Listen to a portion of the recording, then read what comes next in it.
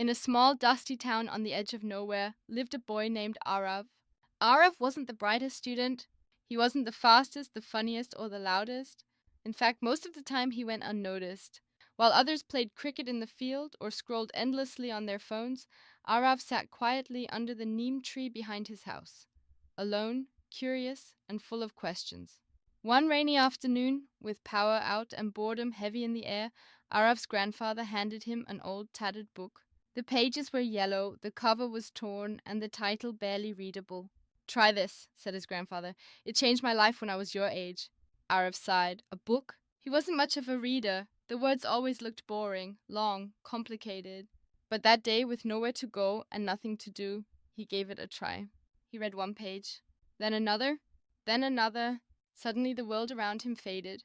He was no longer in his small town. He was in a castle, facing dragons, exploring ancient ruins, solving mysteries, and learning lessons about courage, failure, and purpose. What began as an accident turned into obsession. Each day after school, Arav returned to the neem tree with a new book, borrowed, found, sometimes even photocopied. With every book he read, his world expanded. He started asking bigger questions, dreaming bolder dreams, and understanding people in ways school never taught him. Reading gave him something no one else could: perspective.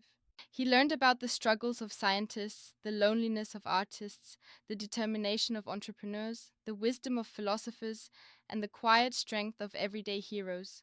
Books became his mentors, his friends, his mirror. Years passed. Arev, the invisible boy, became a powerful thinker. He could express ideas clearly. He listened better. He felt more deeply. He wasn't loud, but his words carried weight. People started noticing. Teachers asked for his opinion. Friends sought his advice. He stood out not because he shouted, but because he understood. And it all began with one forgotten book on a rainy day. Today, Arav is a best-selling author. He travels the world, speaks to thousands, and helps young minds discover their potential. But when asked how it all began, he always smiles and says, "It started with a book, one book, that opened every other door." And maybe, just maybe, your story starts that way too. Not with applause, not with a spotlight, but with a single page, a curious heart, and the willingness to begin. Because books don't just tell stories, they change stories. They turn doubts into dreams and readers into leaders. So next time you feel lost, stuck, small, or invisible, don't scroll endlessly. Don't wait for a miracle. Just pick up a book. It might be the beginning of your greatest chapter,